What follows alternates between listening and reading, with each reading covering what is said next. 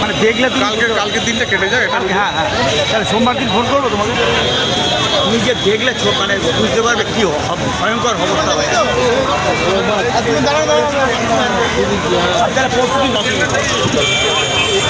বুলটান ওইটা নামাও না, বুলটানটা। আগামীকাল তো ব্রিগেড সমাবেশ, এখানে আজকে কি প্রস্তুতি নেওয়া হয়েছে, কবে থেকে লোক আসবে, কীভাবে তাদের পৌঁছানোর ব্যবস্থা করা হবে? আমাদের 4টি সংগঠনের যে ব্রিগেড ডাক দেওয়া হয়েছে কালকে, অর্থাৎ আগামীকাল 20শে এপ্রিল। আজকে যারা আসবেন তারা খুব কম সংখ্যায় আসবেন। তাদের অ্যারেঞ্জমেন্টটা আমরা করেছি রামলীলা ময়দানে। আমরা চেয়েছিলাম ওয়াই চ্যানেল, সেটা এখনও পর্যন্ত তারা পারমিশন দেয়নি। যারা এখানে আসবেন এদেরকে শিয়ালদা বা হাওড়াতে যারা আসবেন আমরা পাঠিয়ে দেবো রামলীলা ময়দানে। ওখানে তারা হ্যাঁ, এখান থেকে খুব একটা বেশি আজকে আসবে না।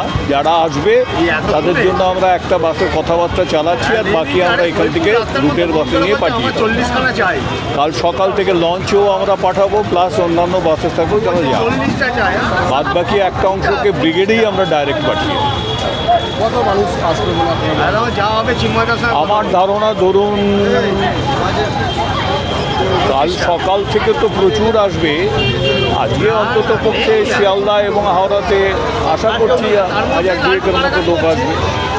আর বাস যারা আসবে তারা ডাইরেক্ট চলে যাবে।